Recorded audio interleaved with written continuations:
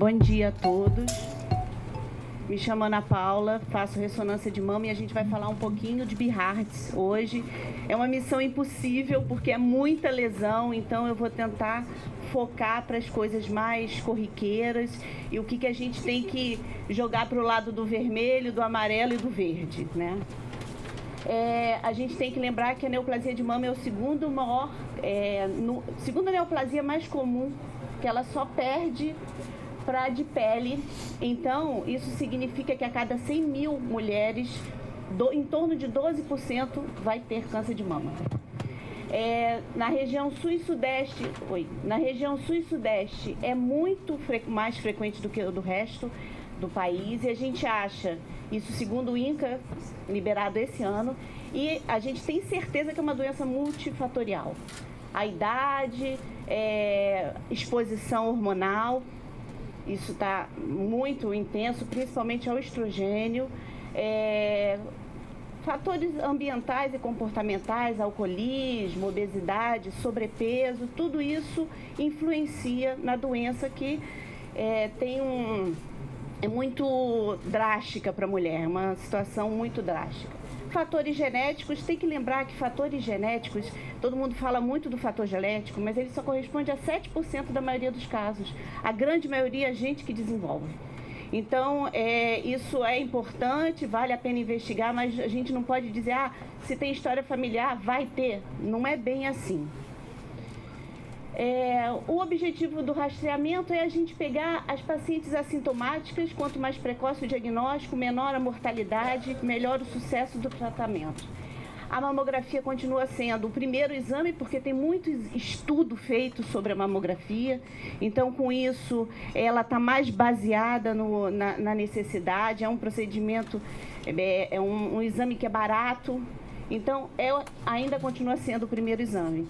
E a partir daí tem a tomossíntese, que é um desdobramento da mamografia, que ainda está começando, é excelente, mas ainda não pegou, né? Em situações específicas se pede a tomossíntese, que é uma mamografia em 3D. E a ressonância surgiu para responder problemas que surgem, dúvidas que surgem com a mamografia e com o ultrassom, né? Além disso, ela é importante a imagem de uma maneira geral, ela é importante no rastreamento, para abordar as etapas da neoplasia, avaliar a resposta, avaliar a vigilância pós-tratamento e, com isso, melhorar o atendimento clínico da paciente. Pela Comissão Nacional de Mamografia, o que ficou alinhado é que mulheres entre 40 e 74 anos têm que fazer rastreio por mamografia anual. A ressonância ela não entra nessa população geral, tá? Exceto quando você quer tirar alguma dúvida. O único problema é que muitas vezes esses exames, para a pessoa não se comprometer, ela acaba categorizando erradamente e joga para a ressonância para resolver, né? Abaixo de 40 anos, ele não está indicado, mas eu acho que a curto prazo isso vai mudar, porque a gente tem visto muito câncer de mama na faixa de 30 anos, aumentou muito a incidência.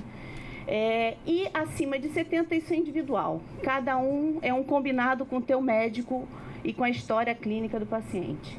A Sociedade de Geriatria, junto com o INCA, com o Ministério da Saúde, diz que é mamografia a cada 2 anos, né? E avaliar caso a caso. Aí a gente entra nas pacientes de fator de risco.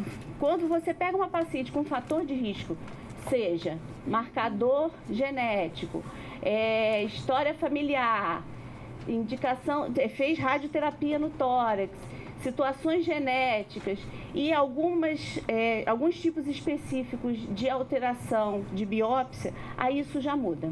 A mamografia, no caso, quando você tem BRCA1 e 2 positivo, já passa a ser a partir de 30 anos e ressonância anual a partir de 25 anos.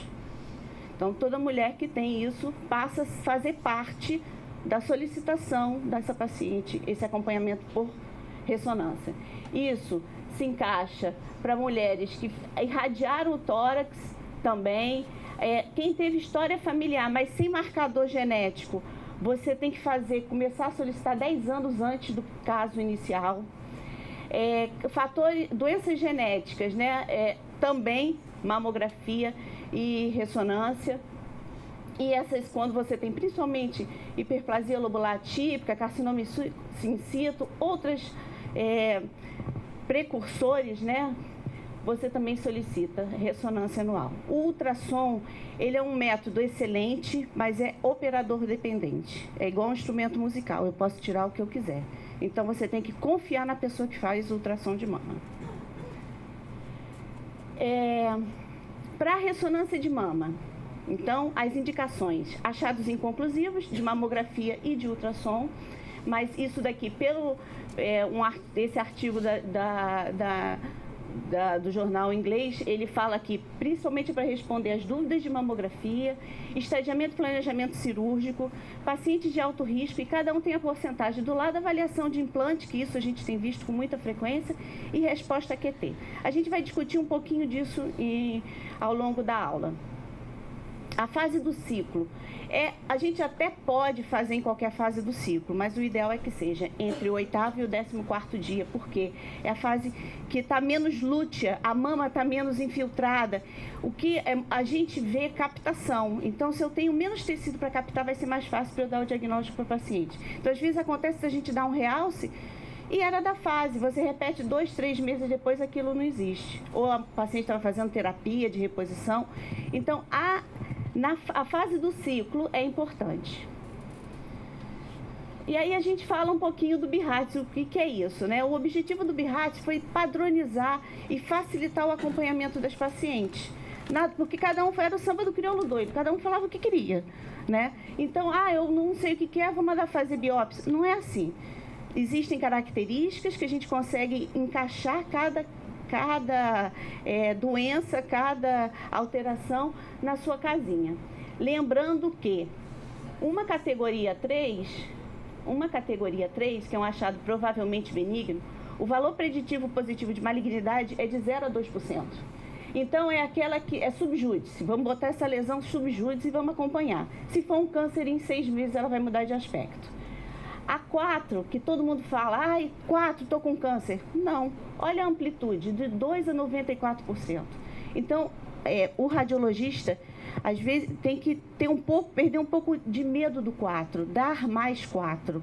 Muitos casos de câncer a gente consegue resolver aqui, até porque hoje em dia, como a gente está fazendo muito exame, a gente está pegando os supradiagnósticos. São aqueles casos que talvez nunca você desenvolvesse efetivamente o câncer, mas você vai lá, tem uma lesão, biopsia, vem um carcinoma in situ, e você cura a paciente e resolve. Então, a gente tem que perder um pouquinho o medo do 4. O 5 aí já é mais... O valor preditivo positivo é muito grande.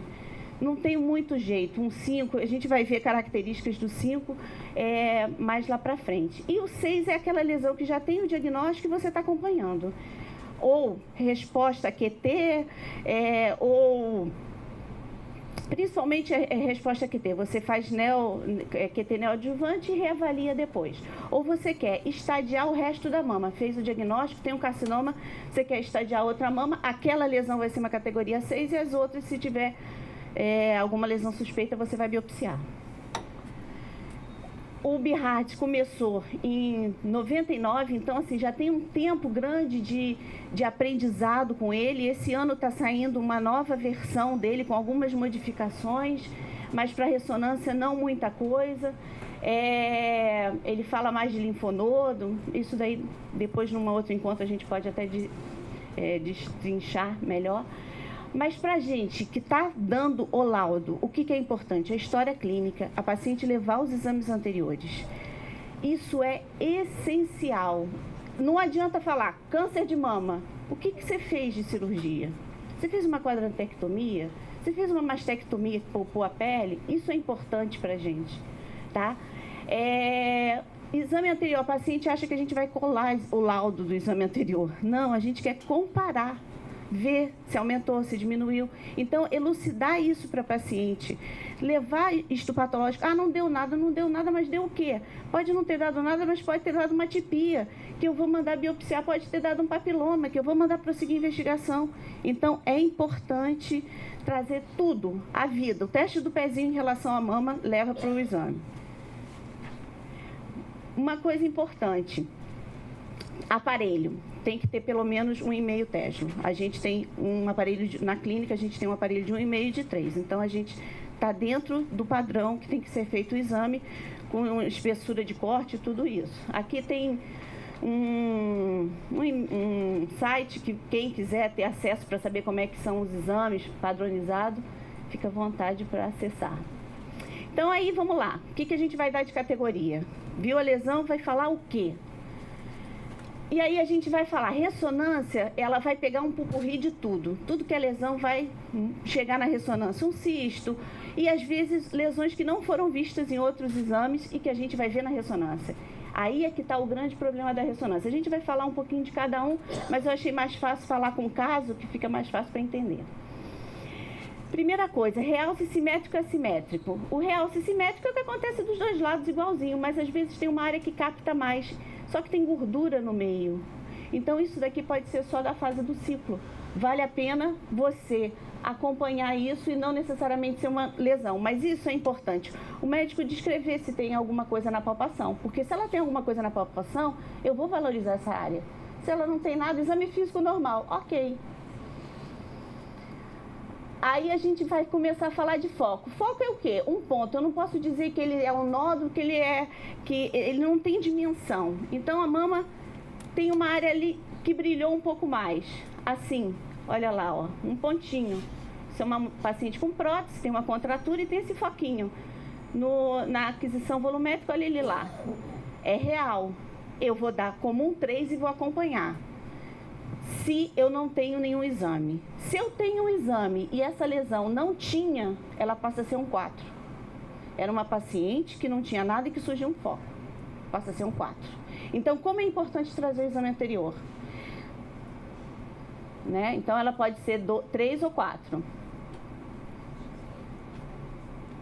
Quando elas são várias, se a gente olhar aqui, ó, tem aqui, tem aqui, tem aqui, eu não valorizo, eu não falo nada. Isso daí é do parênquima mamário. Agora, essa daqui, ó, tem umazinha aqui e uma aqui. No sagital, elas duas estão aqui. 3. É uma categoria 3. Sempre o foco ele tem que ter menos ou igual a 5 milímetros, tá? Agora, é um novo achado, passa a ser 4. Aí a gente passa para nódulo, né? Eu não vou entrar em detalhes, mas o nódulo é 3D, tem que ter volume. A gente só tem que falar, então, sempre de 3 medidas. Se eu vou ver se o nódulo aumentou ou não, eu tenho que falar as 3 medidas para eu comparar. Uma medida só não existe. Qualquer exame de imagem, mamografia, ultrassom, tem que ter 3 medidas. E aí ele pode ser oval, redondo, a gente vai ver isso. Quanto mais irregular, pior. Quanto mais mal definido, pior, né? Eu costumo falar para as pacientes, quando eu estou fazendo ultrassom, que quando é um bombom sonho de valsa, a gente pode até ficar tranquilo, mas é um Ferreira Rocher, a gente já começa a desconfiar, tá? O realce é importante para a gente quando ele é homogêneo, a gente pensa mais em benignidade, quando ele é heterogêneo, dependendo da maneira, a gente pensa para malignidade, exceto quando ele tem... exceto quando ele tem septações, que é muito comum em fibroadenoma, mas quanto mais periférico, isso de uma maneira geral para radiologia, né?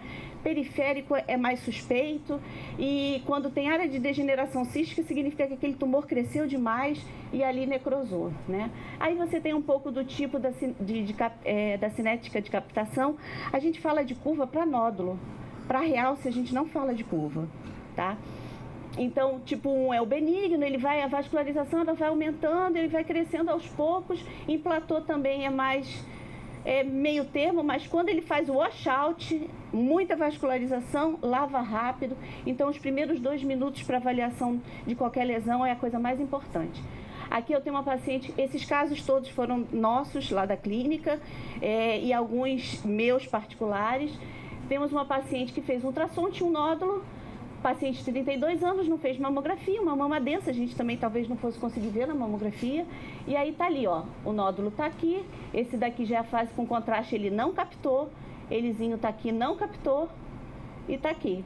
Então, ele é um nódulo que tem até uma irregularidade, não é tão bonito, né?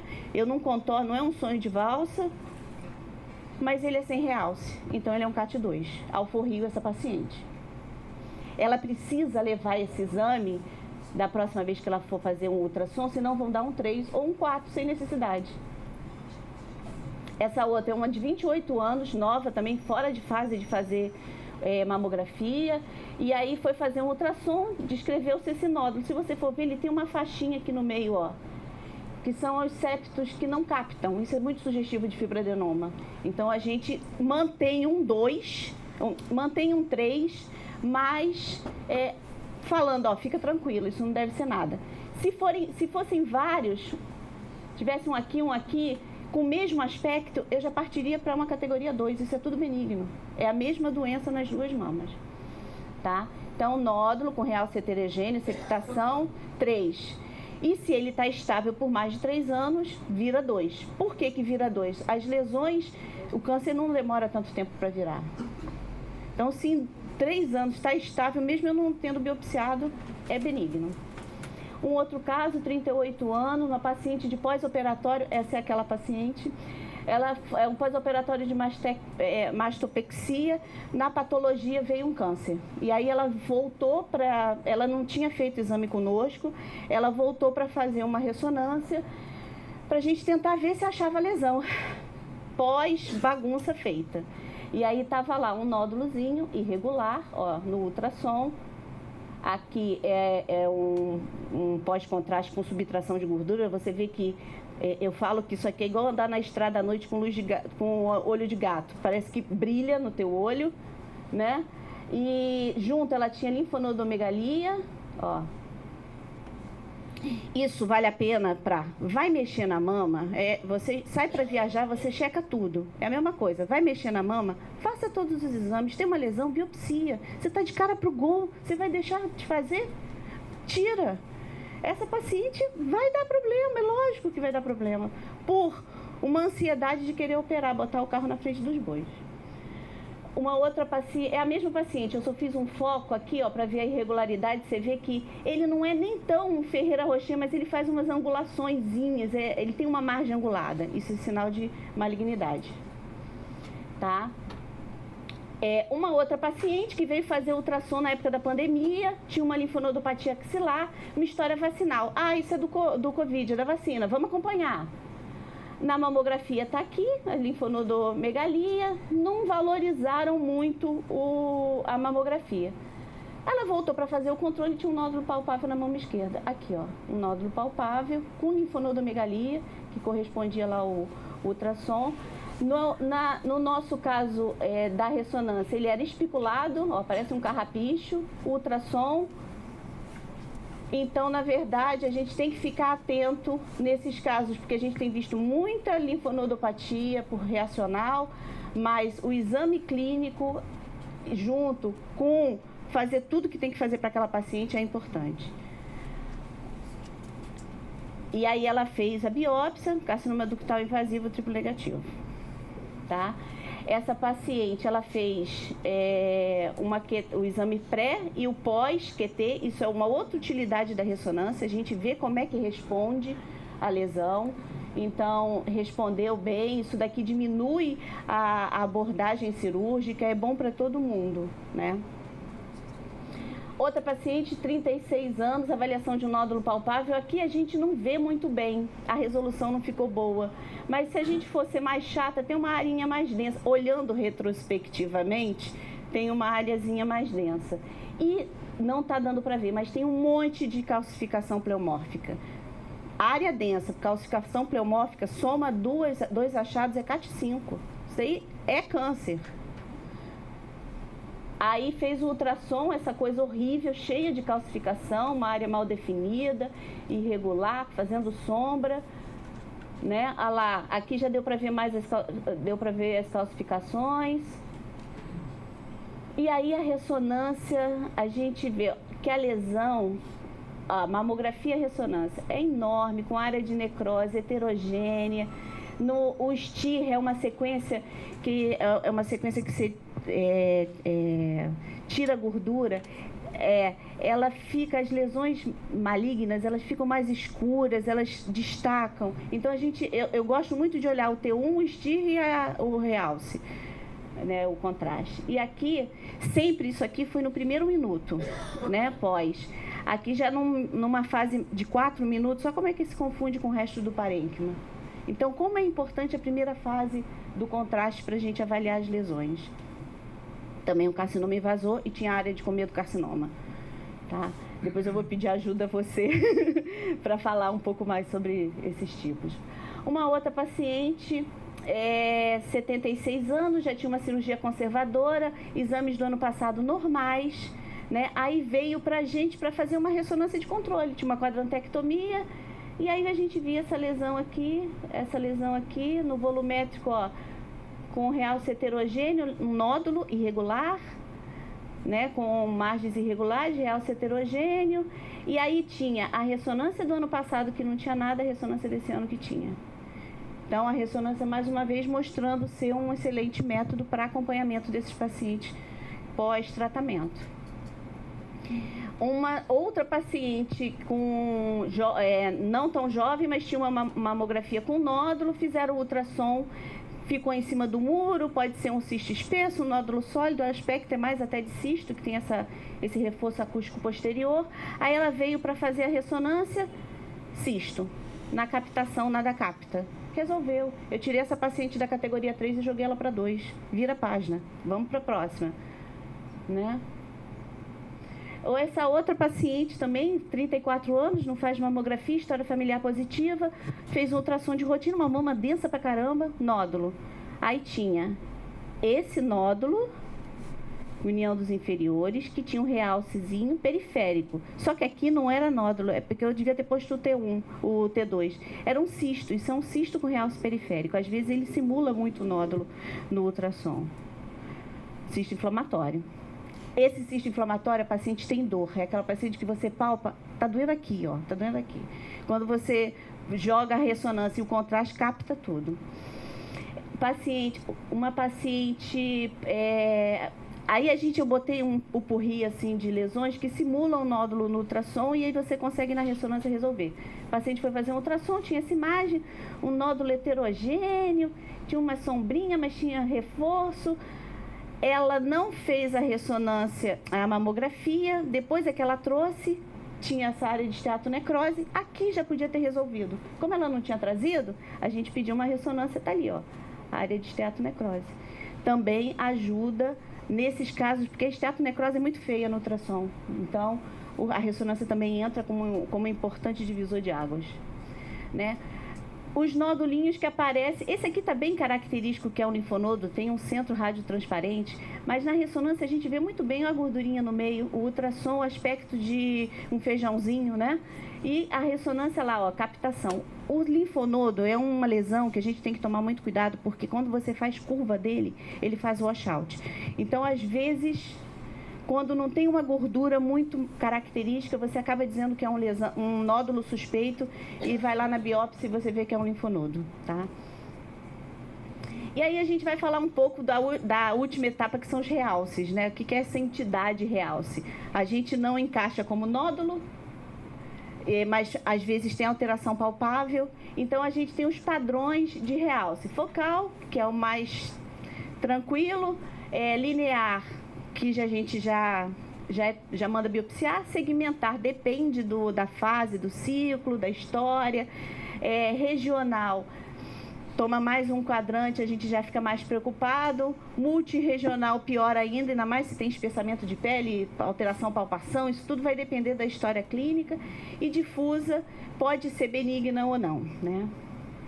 Então, e o padrão interno dele também é importante, é um dado a mais de valor preditivo positivo para malignidade. Então, aqui é uma paciente de 41 anos, começando a fazer exame de rotina. Ela fez uma mamografia, não viu nada, mas o médico, na hora que foi fazer o ultrassom, aliás, isso é importante, todo ultrassom tem que se palpar a mama, todo ultrassom de mama tem que se palpar a mama. Na palpação, isso foi um caso de um colega, e que depois ele me mandou para fazer a biópsia, tinha essa área heterogênea. Era uma área assim estranho, né? Tinha uma área ecogênica em volta, realmente não era bonito. Aí você vai lá retrospectivamente, né? Tem uma coisa mais densinha realmente, mas aqui abriu um pouco, não foi valorizado. Aí ela veio fazer ressonância, tinha essa área de realce não nodular, focal heterogêneo, que tinha um pouco de restrição na difusão. Opa, vamos biopsiar, não tem jeito. Brilhava bastante no pós-contraste, foi feita a biópsia da lesão e era uma lesão papilomatosa. Às vezes a lesão papilomatosa faz essa coisa assim meio mal definida. E aí eu não vou entrar no detalhe, mas lesão papilomatosa até pouco tempo não se fazia nada, hoje em dia se tira. Então, a paciente vai operar. Essa foi uma outra paciente que até eu fiz o ultrassom dela, é uma paciente de 73 anos, já tinha uma quadrantectomia. Essa daqui é a mamografia prévia, a importância de levar também o exame. E aí ela começou a ter sinal flogístico na área da quadrantectomia. O ultrassom dela a gente via um cisto complexo, né? Tinha era dolorido. E aí a mamografia, olha como é que mudou o aspecto. Aí ela tinha pouco tempo de evolução, 2 semanas. Eu falei, vamos tratar com antibiótico, vamos ver, conversa com o teu mastologista, vamos ver como é que vai ficar. Qualquer coisa a gente biopsia. Se não melhorar, biópsia. Aí ela fez a ressonância antes da biópsia e realmente tinha uma área de realce segmentar, além do a esteatonecrose capta, né? Você vê que tem nível, ó. É muito bonitinho, gordura e líquido dentro dele, com realce periférico e segmentar, foi biopsiado. Tinha um linfonodo também aqui cometido, né? Aqui o T2 mostra muito bem o líquido, a gordura. E deu uma recidiva do carcinoma da paciente junto da esteatonecrose. Tá? Aí a gente passa para os realces lineares. Isso daqui era uma paciente que já tinha uma lesão, ela veio para estadiar a mama. No ultrassom tinha esse realce linear aqui, ó, em direção à papila, biópsia. Fizemos um ultrassom direcionado e a gente via que tinha um ducto ali com... Isso aqui no ultrassom poderia ser dado como um ducto com conteúdo espesso. Ducto com conteúdo espesso, eu mando biopsiar. 4. Não é nada, ótimo. Parabéns. Vamos embora. Se for alguma coisa, você resolve a vida da paciente. Né? E aí ela fez a biópsia, era um carcinoma ductal invasor e papilomatose junto. Tá? Aí a gente passa para os realces segmentares, né? Era uma paciente que foi fazer um follow-up de um carcinoma lobular in situ de mama, em 2017, os exames todos bonitinhos, o do início do ano ok, fazer a ressonância para ver se está tudo ok. Apareceu um realce, tipo triangular em direção à papila, suspeito. No sagital, olha lá a lesão, um realce então segmentar, heterogêneo, agrupado em paralelepípedo, que leva mais à malignidade. Você vê que parece uma cauda, um paralelepípedo mesmo coladinho, né? Então, suspeito, era um carcinoma. Aí a gente conseguiu que ela trouxesse depois a ressonância anterior. Não tinha nada e surgiu recidiva, tá? Mais um casinho, estamos acabando. 34 aninhos, diagnóstico de assimetria focal na mamografia. Realmente tem uma área mais densa, 34 anos, fizeram ultrassom, tinha essa lesão horrível. E aí na ressonância a gente via um realce, ó, segmentar grande. Aqui na verdade ele pega até mais de um quadrante, ó, retrai a papila. Então não tem jeito, biópsia, tá? Segmentar heterogêneo com distorção. Na mamografia, retrospectivamente, a gente vê que tem uma área meio de distorção realmente aqui. Certo? E aí essa paciente fez QT, pré e pós-QT, olha como melhorou. Então, outra importância da ressonância. Uma outra paciente, 46 anos, planejamento terapêutico, porque ela tinha feito um ultrassom, tinha dado esses ductos com conteúdo horrível, né? E aí, na ressonância, ela tinha essa área de realce, realmente. Era uma área extensa, vinha até aqui atrás, um carcinoma invasor de mama. E operou, ressecou. Esse era o pré-cirúrgico, esse é o pós-cirúrgico. Ficou ainda um pouco de lesão atrás. né? Então, coisas que acontecem. Não é para acontecer, mas infelizmente acontece. Isso aqui era uma paciente, 38 anos, lactante. Ela palpou um adensamento no quadrante lateral da mama esquerda, achou que era da lactação e foi passando, foi fazer uma mamografia, deu essa área de assimetria com calcificações CAT5, né? Ultrassom toda heterogênea, uma área toda heterogênea. E na ressonância, ela tinha um realce várias áreas, olha, ele extenso e coitada, mas assim, até bonito, olha, um anel em realce periférico, em anel, né? Tinha essa área mais de quadrante, união dos laterais, depois superior, uma área extensa, um carcinoma, olha o volumétrico, como pegava a mama, quase toda. Carcinoma ductal triplo invasivo. Vocês viram a faixa etária das pacientes? A grande maioria 30, 40 anos. Uma de 70. Então, assim, é um alerta, né? E aí, alguns achados adicionais. Clipe. A gente não vê o clipe. A gente não vê calcificação na ressonância. Mas, igual o caso anterior, eu não vejo calcificação, mas eu vejo realce em correspondência. Então, eu tenho calcificação categoria 3, vale a pena fazer uma ressonância?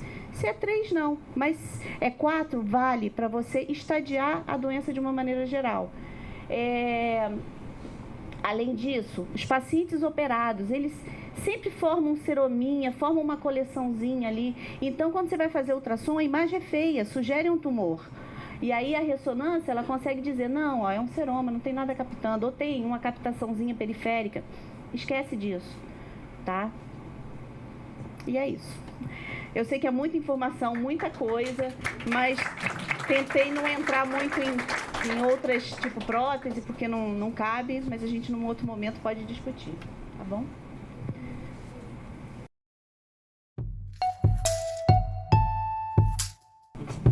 Bom dia a todos aí, obrigado pelo convite, ao Celso e a equipe do Centro de Imagem.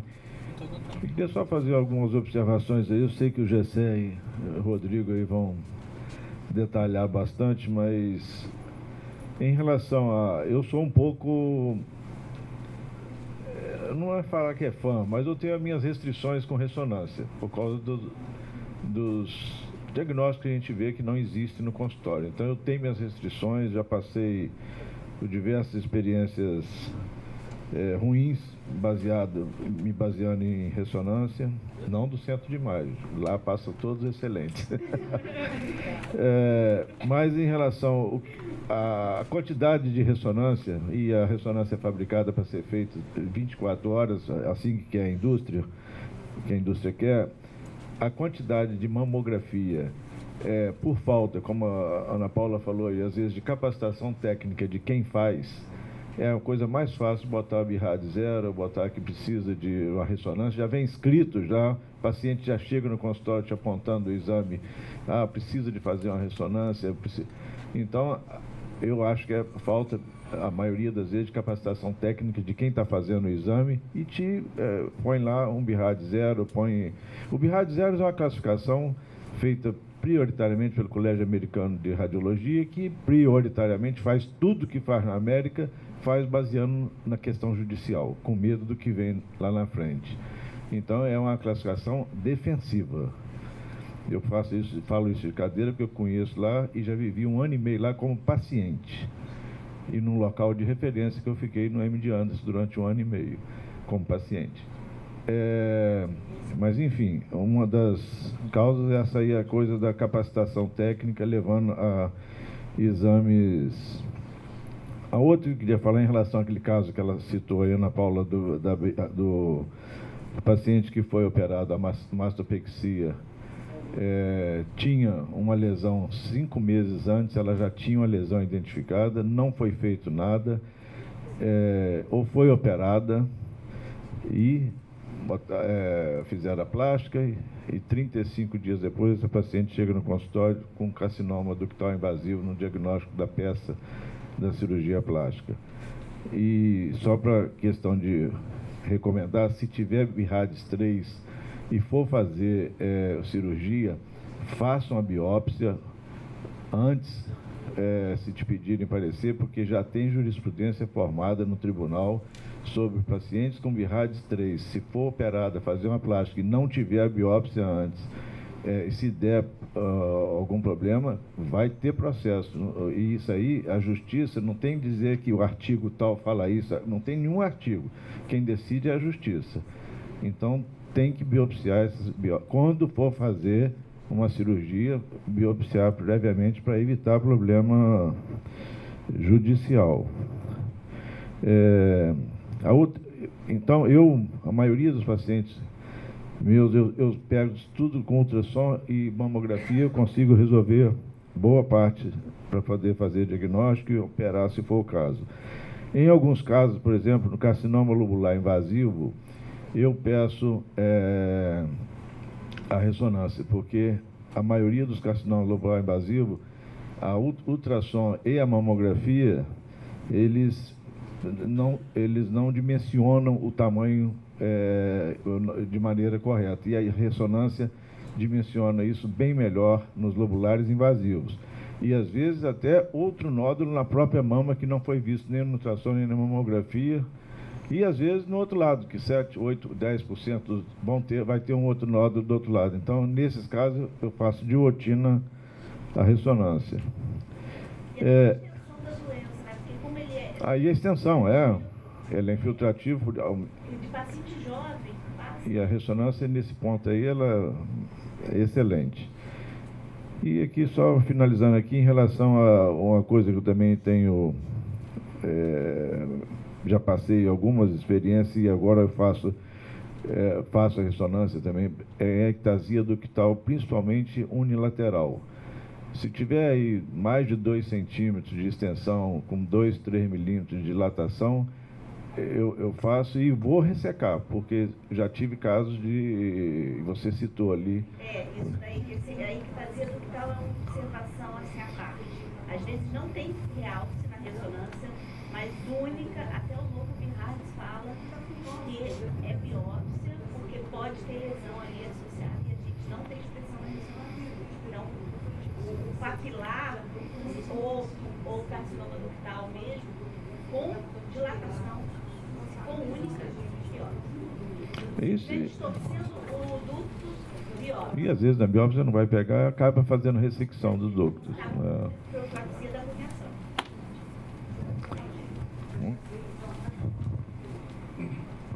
Bom, gente, muito bom estar aqui hoje nesse evento com amigos. Eu agradeço muito o convite. Muita gente aqui eu só conhecia por telefone, de tanto discutir os laudos. A gente teve até uma semana muito intensa, com 2 casos bem complicados aí. Tive grande ajuda dos radiologistas aí para conduzir de uma melhor forma, até uma paciente em parceria com o Sérgio. E, Ana, achei a aula excelente, tá? Principalmente para a gente que é não radiologista, eu acho que foi muito esclarecedor em alguns pontos. E eu tenho algumas perguntas, algumas ponderações a fazer, assim, algumas dúvidas também que me surgiram ao longo da aula, eu fui rapidamente anotando aqui. Então, assim, uma realidade que a gente tem a nível Brasil e a nível de saúde pública, a gente sabe que realmente a ressonância, como custo para uma questão de rastreamento, ela não é sistematicamente indicada, né? Então, assim, a gente tem as indicações específicas, conforme você citou, em relação a tumores ocultos, com axila positiva, ou mesmo aquelas questões de alto risco heredofamiliares, como é o caso de Lifraumene, paciente com BRCA mutado e outras situações. Eu, particularmente, no escuro do consultório, eu tenho sempre muito problema em relação ao ultrassom de mama, por ser um exame extremamente examinador dependente, né? E aparelho dependente, justamente. E conforme o Sérgio falou, outra coisa que eu ia citar é a questão do lobular, que é uma doença onde eu tendo mais a pedir a ressonância para uma questão de avaliação de extensão de doença, tanto no pré quanto no pós. E outra situação também que eu tenho usado muito a ressonância é na avaliação pós-quimioterapia neoadjuvante. E uma das... Eu vou deixando as perguntas ao longo e depois, se você puder ir vendo como responde. Recentemente, a gente teve aprovado um protocolo para câncer de mama triplo negativo, que é fazer imunoterapia na quimioterapia neoadjuvante. que foi do Keynote 522. Então, assim, teoricamente, você fazer químio, você tem uma mudança conformacional do tumor, assim, digamos, do ponto de vista anatômico, estrutural. Fazer imunoterapia, você tem aparentemente alguma outra alteração anatômica assim, específica. Então, eu acho que está muito em discussão hoje em dia o modo como, por imagem, você vai estar avaliando e mensurando a resposta com essa introdução da imunoterapia nesse contexto. Eu queria saber se você já está tendo alguma discussão em torno disso, já está meio que a par que essa tecnologia nova está chegando aí. A gente tem visto assim, que a químio ela reduz como um volume, né? E a imunistoquímica, ela muda a imunoterapia muda a cinética do nódulo de captação. Então, não necessariamente o volume. Então, essa questão de antes e depois avaliar volume com a vai mudar, entendeu? Porque não vai ser o volume, vai ser como era o padrão de realce, principalmente, e os comemorativos além de realce em torno da lesão. A gente ainda está começando a ver, ainda não tem muitos casos, né? Eu acho que quanto mais solicitar, mais a gente vai ver e mais a experiência vai aumentar. Mas a questão do volume, que é um parâmetro que a gente usa, a gente vai ter que mudar, né? Bacana. Outra coisa que eu fiquei muito intrigado, assim, quando a gente vai pegar nos gráficos e a gente vê a questão do BIRADS 4, aquela variância da taxa de diagnóstico, da taxa de exame, enfim, positivo, confirmado por biópsia. O que você tem a dizer dessa classe específica? Para mim é uma classe muito polêmica. É muito polêmica, mas assim, eu acho que o radiologista ele tem medo de definir a conduta. Então aí entra na história de dar muito zero. Ultrassom e mamografia, você só vai dar zero em último caso. Você vai tentar resolver a vida do paciente ali, mesmo que seja para mais. E aí entra o CAT4 a mais, entendeu? Que você acaba dando muito mais coisa do que é. Mas, para paciente é melhor. Como eu tenho uma formação cirúrgica, eu acho que você tem que... aqui. Daqui para cá você está alforriada. Entendeu? Então, às vezes, você definir a conduta, biopsia não é nada ótimo, vai comemorar. É muito melhor do que você ficar com a faca na cabeça. Será que isso vai aumentar? Será que não? Então, por isso essa amplitude tão grande da categoria 4. Entendeu? Só mais duas coisinhas bem simples. Em relação ao cenário COVID, painel de alterações em exames de mamografia, eu acho que foi uma surpresa para todos nós, enfim, com a introdução da vacina. Eu, particularmente, tenho histórias assim assustadoras de pacientes que estavam em controle e, de repente, chegam 5, 10 pacientes com mamografia alterada numa semana só. Então, tipo assim, a vacina tinha acabado de chegar e ninguém ainda tinha tido insight que isso poderia... como que está a sua prática em relação à interpretação das ressonâncias nesse cenário, e, enfim? Antigamente, assim, a gente... Primeiro, o que é linfonodopatia para a imagem? Espessamento de cortical acima de 4, agora o novo BIRADS fala 3, ele já manda biopsiar. É um pouco agressivo, né? Porque a gente vê muito linfonodo gordinho. Até eu falo para o paciente, é um feijãozinho, virou uma jabuticaba, a gente manda biopsiar. Ou a cortical aumentou, a gente manda biopsiar. E aí, com Covid, eu acho que como uma quantidade muito grande de pacientes que fazem mamografia começaram a tomar vacina, a gente começou a ver unilateral, aí o colégio se posicionou a fazer um acompanhamento a curto prazo, 3 meses, porque senão ia sair biopsiando todo mundo, né? E não dá para biopsiar todo mundo. E aí a gente tomou o cuidado de perguntar a data vacinal. Se a paciente tinha data vacinal recente, a gente justificava aquilo e deixava subjúdice para avaliar a curto prazo. Se era bilateral, aí não tem jeito, é alguma coisa sistêmica, aí tem que biopsiar. Mas foi uma loucura, realmente, a gente tentar fazer esse divisor do que biopsiava ou não. e junto um exame cuidadoso de mama, tanto da mamografia quanto no ultrassom, né? Às vezes a gente vê muito pedido de ressonância para avaliar linfonodopatia. Às vezes não pega bem, entendeu? Não é o ideal. Sim, se você tem uma doença, sim. Ou se você tem um diagnóstico de doença no linfonodo para estadiar a mama, sim. Mas para estudar especificamente, o ultrassom se presta muito bem a isso. E só a última situação, assim, enveredando nessa questão da axila. Hoje em dia a gente está tendo uma dinâmica enorme, tem surgido diretrizes muito dinâmicas em torno de estudos já consolidados, como o Z11, o Amaros. Assim, o que você espera dessa nossa nova classificação de BIRADS que está por sair? Não vai ter muita mudança, não, né? O legal do BIRADS é que ele vai botando à prova o que ele acha, vai testando e vai alinhando e tirando as arestas, né? Ele fala disso em relação ao linfonodo, que é uma ação mais agressiva. O problema é que você faz o PAF, quando é um linfonodo pequeno. Você não vai entrar com uma core. Uma core, você anda 2 centímetros de agulha dentro da mama, você faz uma lesão vascular. Então, tem que ser uma linfonodomegalia para você conseguir fazer uma core de axila. Aí você entra com PAF. O PAF, às vezes, sangra. A qualidade da lâmina, você pode falar, o sangue fica horrível para ver a lâmina. Às vezes, você pode associar com a anatomia, o anatipate junto, para ver se consegue pegar alguma célula. Eu acho que ele está um pouco mais agressivo, porque baixar para 3, a gente vê tanto linfonodo com cortical de 3, e aí vamos testar, porque a medicina é assim, né? Você faz uma coisa, testa, e depois colhe os dados para ver o que vai realmente ficar, né?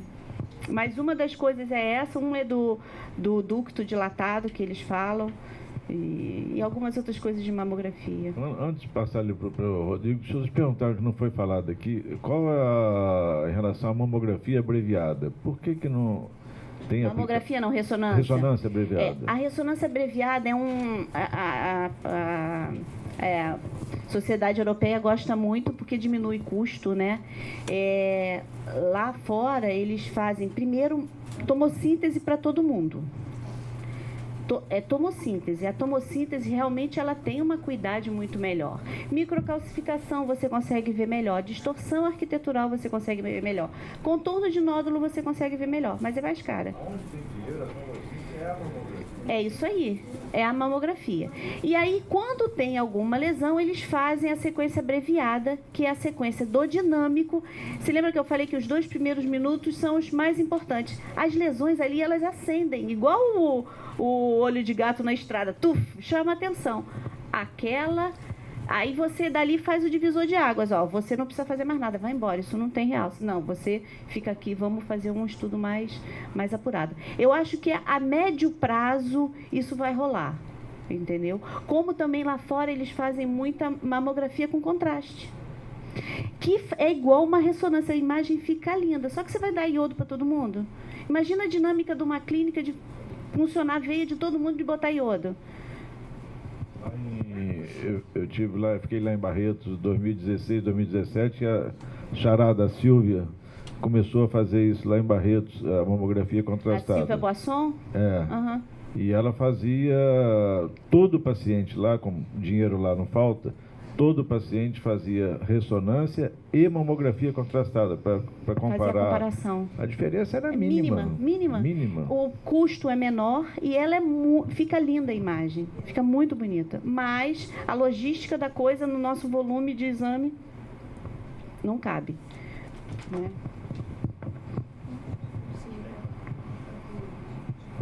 Bom, obrigada pelo convite inicialmente. Falei até com a Ana, né, que a radiologia está no início da linha e a radioterapia mama, né, está lá no final do tratamento oncológico. Porém, né? Exato. E é muito interessante, assim, porque antes de escolher fazer radio-oncologia, radioterapia, eu pensava muito em fazer radiologia, gostava dessa parte de imagem. Então, eu trago muito esse gostar de radiologia para a nossa prática, né? Então, a gente usa muito a imagem da tomografia, principalmente para a gente fazer nossos planejamentos. E é muito interessante também esse olhar. Então, às vezes, a gente pode até fazer uma mudança ali daquela rota de tratamento, vendo, de repente, um linfonodo suspeito de uma tomografia, mandando biopsiar. Então, isso tudo soma, né? A gente acaba estando bastante interligado, apesar de um ser o diagnóstico e outro, sei lá, mais para o tratamento. Então, esse diagnóstico precoce, né, que o estadiamento, essa rotina e essa investigação proporciona é muito importante, né, para a gente. Então, assim como a radiologia, a radioterapia também evoluiu muito. Então, a gente tem cada vez mais uma gama de opções de tratamento com alta tecnologia para possibilitar o tratamento desses pacientes com a menor toxicidade possível. Então, isso, quando antes era 25, 30 sessões de radioterapia, a gente está trazendo isso para 15 e alguns pacientes selecionados para 5 frações. Então, isso realmente está mudando bastante, muito por conta desse rastreio melhor, né, de mais diagnósticos precoces e tudo mais. Você falou também dessa questão da importância de fazer a ressonância para os pacientes que já fizeram irradiação torácica, né? Então, antigamente, fazia-se muito aquele campo de manto, aquela coisa imensa. Hoje em dia não se faz mais, né?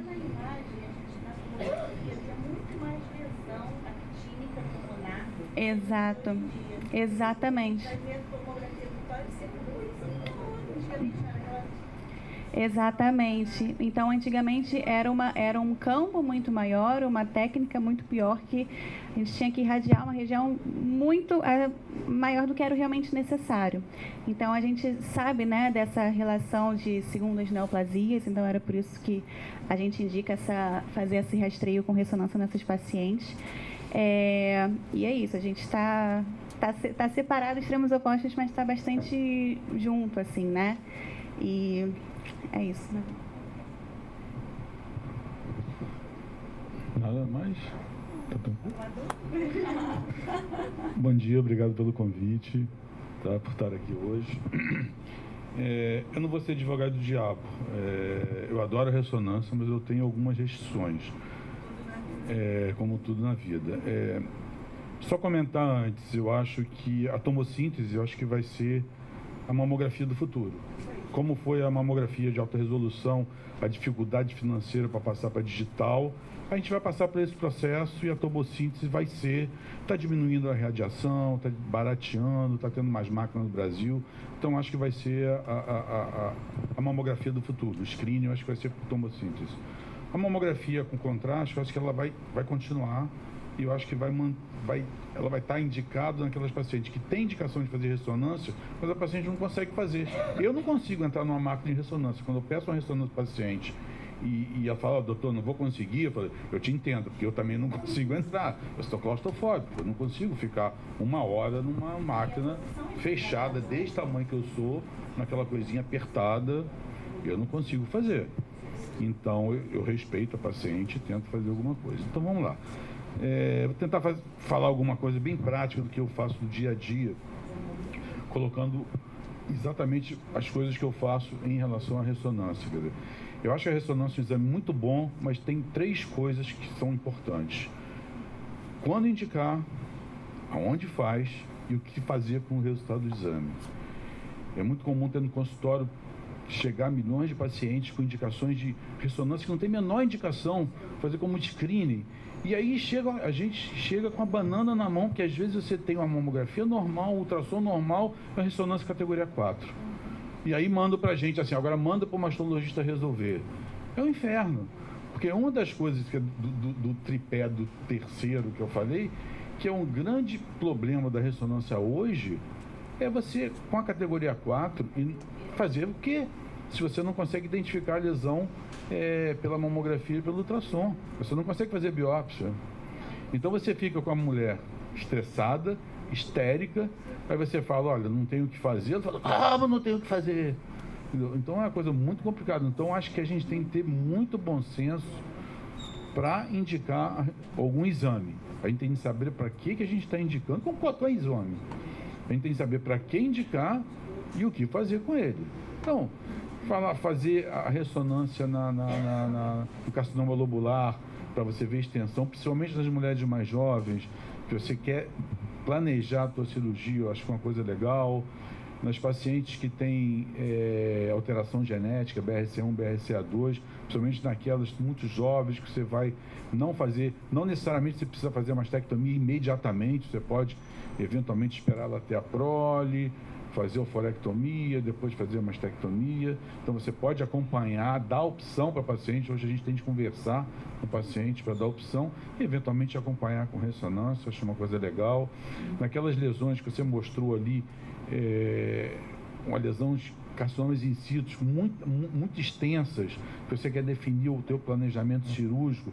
Eu sei que não vê a microcalcificação, mas vê os realces, então dá para você ter uma noção mais ou menos qual cirurgia você vai fazer. Eventualmente é uma situação legal. As lesões pós-cirúrgicas, que você muitas vezes fica na dúvida se é esteatonecrose, se não é esteatonecrose, se é recidiva, se não é recidiva. Eu acho que a ressonância é um belo exame para você fazer, para você pedir. Em algumas outras situações especiais, quando você quer, às vezes, tirar o paciente de uma biópsia, de um exame que você acha que não está bem feito, ou que você fez um ultrassom ou uma mamografia, eu acho que vale a pena, mas umas coisas muito pontuais. Acho que a gente tem que ter muito bom senso no quando indicar a ressonância. Exatamente por causa disso. Primeiro, você tem um falso positivo ainda muito grande no Brasil, aqui em Niterói, tá? Em qualquer local do país você vai ver os trabalhos 30%, 80%, é uma coisa muito grande, de 30%, 80% de diferença de um falso positivo para outro.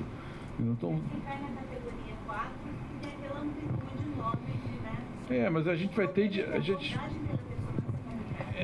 eu acho que entra muito também da judicialização. É muito mais fácil colocar às vezes 4. É complicado. Às vezes você não vê os outros exames. É a mesma coisa do BIRAD 0, por exemplo. Quantas vezes eu vejo pacientes com BIRAD 0, mas que o radiologista não viu o ultrassom, por exemplo? Porque não foi feito na mesma clínica, ou porque o paciente não levou.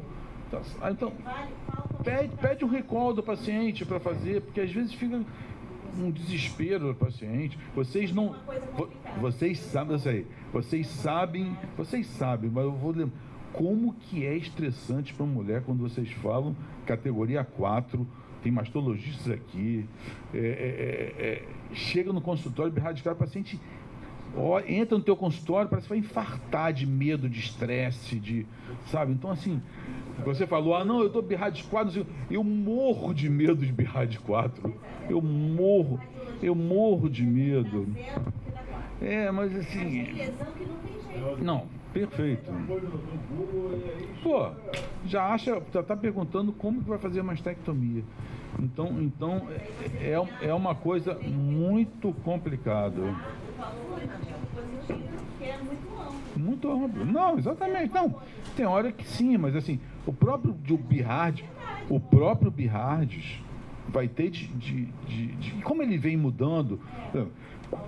No passado, quantas vezes a gente recebeu paciente BIRADS 4, paciente de 20 anos com BIRADS 4 porque tem um fibroadenoma palpável? É uma lesão feia. Não é. Eu sempre brincava que às vezes quem fez BIRADS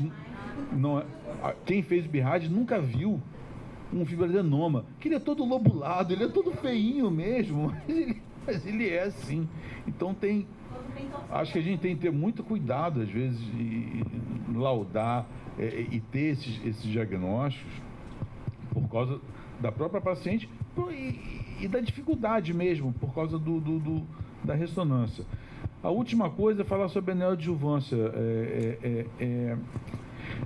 Só tem um trabalho que saiu agora há pouco tempo sobre neoadjuvância, que na realidade é um trabalho retrospectivo, que ele avaliou, foi no canadense, ele avaliou 500 pacientes, ele pegou 200 pacientes que tinham feito ressonância e 300 pacientes não foi feito, e avaliou valor preditivo positivo,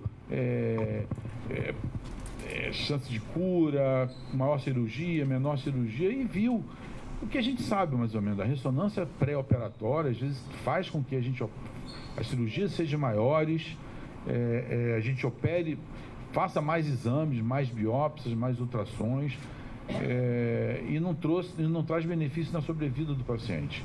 Mesmo aquelas que o Sérgio falou que tem 10%, nesse trabalho mostra 10% de lesões na mama contralateral. Só 30% era positivo. Será que essas lesões, como que evoluir? Então, assim, na neoadjuvância é discutível. Eu acho que vale a pena, até para ver resposta.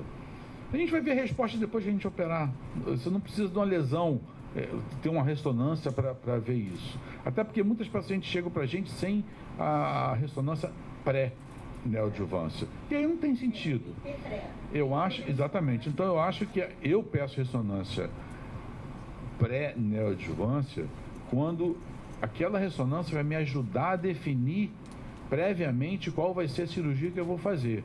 Eu tenho uma lesão enorme que eu vou fazer para neoadjuvância, que eu não preciso, independente do que der a ressonância, eu vou fazer mastectomia nela. Agora, aquela lesão que eu tenho dúvidas se vou precisar fazer ou não, e eu vou acompanhar, eu acho que vale muito a pena fazer. Mas eu acho que a ressonância, cada vez mais, é um exame excelente. Acho que é um exame que veio para ficar e está se afinando, e está se colocando nas suas indicações. Antigamente, assim como todos os exames que aparecem, um pool que as pessoas pedem para tudo, e de repente agora começa a se ajustar, as pessoas terem mais conhecimento, mais radiologistas especialistas em ressonância, e que possa ajudar a gente, porque às vezes é o que o Sérgio falou, às vezes atrapalha mais do que ajuda. Então,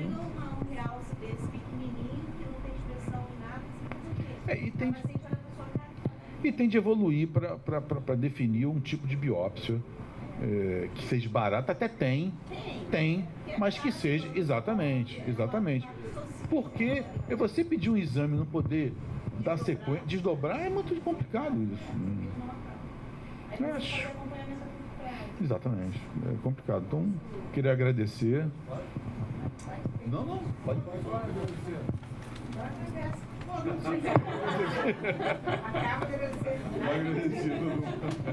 Bom dia, eu sou Tereza Cipreste, mastologista. 2 comentários. Primeiro, no mundo ideal, não deveria ter BIRAD 0. O paciente deveria, até para quem não é radiologista, está aqui na sala, o paciente deveria sair da clínica de imagem resolvido, voltar para o nosso consultório resolvido. E um segundo comentário é que eu gosto muito da ressonância quando a paciente chega no consultório para programar a cirurgia com a ideia de que é tirar só um quadrante. Aí você pede uma ressonância e vê aquele realce que vai até a papila. Aí você mostra para ela, está vendo isso aqui, esse vermelho aqui? Pois é, não tem como fazer cirurgia conservadora. Então, na minha opinião, esse momento da ressonância é um momento que é muito bom e muito preciso, porque não tem muita discussão. Nossa, o colorido, né? Você bota ali o colorido, ela mesmo resolve a vida dela. Então é muito preciso. Mas eu concordo realmente com o Rodrigo. A ressonância, ela tem um momento dela, ela tem um momento preciso. E quando mal indicada, puxa o nosso tapete, a gente dança sem música. Porque quando a ressonância quando veio para Niterói, principalmente, começou-se a ter aulas sobre ressonância, o pessoal pedia ressonância para tudo, inclusive para controle de abscesso, controle de mastite. Então era um negócio muito... Ainda pede? Eu acho que agora menos um pouco, né, Rodrigo? Mas era um inferno. Aí vinha tudo lá, categoria 4, para a gente resolver. Pelo aspecto da mastite. Pois é. E aí eu queria, só para finalizar, desculpe, só uma pergunta. Quanto tempo depois que terminou a radioterapia, se eu quisesse pedir uma ressonância, qual seria o tempo ideal? Pelo menos 6 meses. Porque fica muito infiltrado, até no ultrassom, você vê a pele muito infiltrada, você precisa mais exame, e o parênquima, então dá muita... Um ano, né? 6 meses a 1 ano. 6 meses e pouco. Um ano, é de um ano. Exato. Eu queria só pedir, assim, na verdade, falar do contraste. Porque as pacientes chegam, né, Ana, assim, eu não quero injetar contraste. Não, porque o meu médico não falou que eu tinha contraste. Então eu não vou injetar. Elas chegam com muito medo pra gente também. E o contraste pra ressonância é tudo, assim, não tem como a gente dar o BIRAD. Então, eu acho que se a gente pudesse, assim, já conversar com essas pacientes que têm o contraste, porque senão às vezes a gente fica numa situação ali, o aparelho parado, e você tem que ligar para o mastologista para ele convencer a paciente pelo telefone que tem que injetar. É meio confuso. Olha só, aconteceu isso comigo essa semana agora que passou. Uhum. A paciente tinha uma dúvida de uma tumoração, foi pedido uma ressonância, ela tem implante mamário. Ela chegou na clínica, convenceu o pessoal de que ela não quer tomar o contraste, o gadolínio, e voltou para mim com o resultado de uma ressonância só para ver silicone. Então, não, quando é para avaliar implante... Não, onde eu quero perguntar é o seguinte, não é isso não. Por que na clínica não ligou para o médico assistente para colocar essa situação e aceitou fazer sem o contraste? As pacientes, quando vão para avaliar prótese, exclusivamente prótese, eu vou lá, converso, ou então eu ligo e falo, olha... Caso. Ela tinha um tumor. Se é para tumor, eu não faço. Lá na clínica a gente não faz. A gente bate, a paciente faz... Fazer, né? Tem paciente que é grossa, fala assim, então eu vou para outra clínica. Eu falo, não tem jeito. Aqui, lá no centro de imagem, pelo menos, se for para avaliação de nódulo, a gente não faz sem contraste. A gente só abre exceção para prótese. E mesmo assim a gente explica, fala que não vai ter BIRAD, já às vezes eu até ligo para o colega, que é o médico, mas só para avaliação de integridade de prótese. Mas se tiver nódulo, assimetria focal na mamografia, a gente não faz sem contraste. Gente, são ótimas as discussões, né? Então, como a gente está com a hora adiantada, a gente sobe, toma um café rapidinho e desce para seguir nas aulas, tá bom? Obrigado mais uma vez pela presença. A gente não faz sem contraste.